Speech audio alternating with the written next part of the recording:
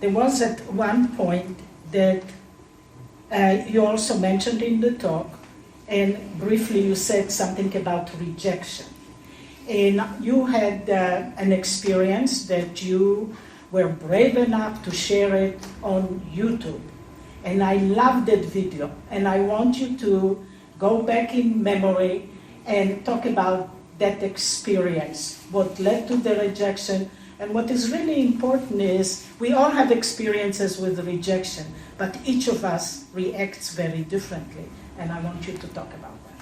I don't remember that video, but I certainly remember the rejection. That's about the letter where you were asked to create the video for an art fair, and they asked you to do something about water, and you submitted it. Yes, yes. So, so rejection is not the end. I mean, that's the most important thing about rejection. It's just, rejection is not an end of anything.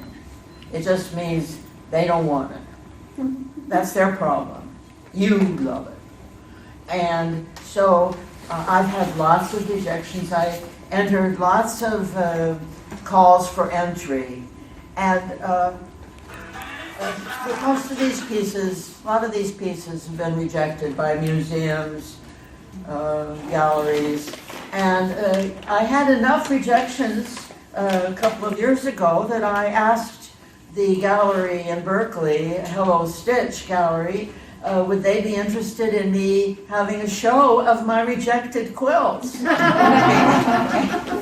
They thought it was a great idea, and it was a very successful show, and what green was there, red and blue were there, now look where they are.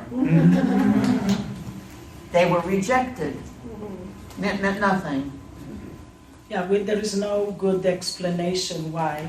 And you know, being in academia and being a writer, that your manuscripts are rejected many times. And some people really have a very hard time accepting that without realizing, oh, I can improve on it. Maybe let me try again. And it's not something personal.